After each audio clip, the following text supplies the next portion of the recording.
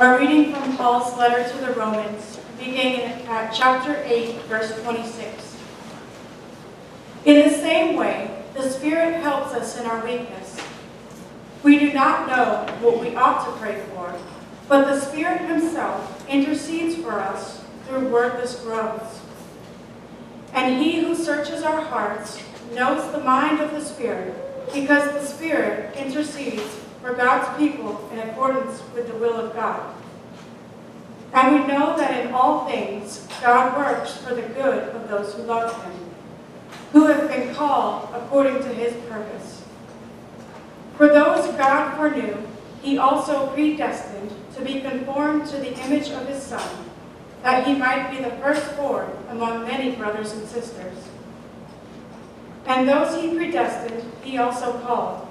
Those he called, he also justified. Those he justified, he also glorified.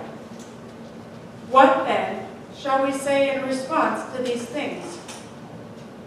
If God is for us, who can be against us?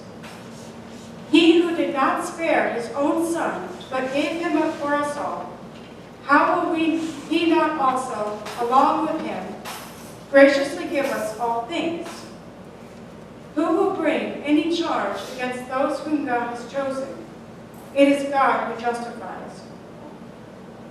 Who then is the one who condemns? No one. Christ Jesus, who died, more than that, who was raised to life, is at the right hand of God and is also interceding for us. The word of the Lord. Thanks be to God.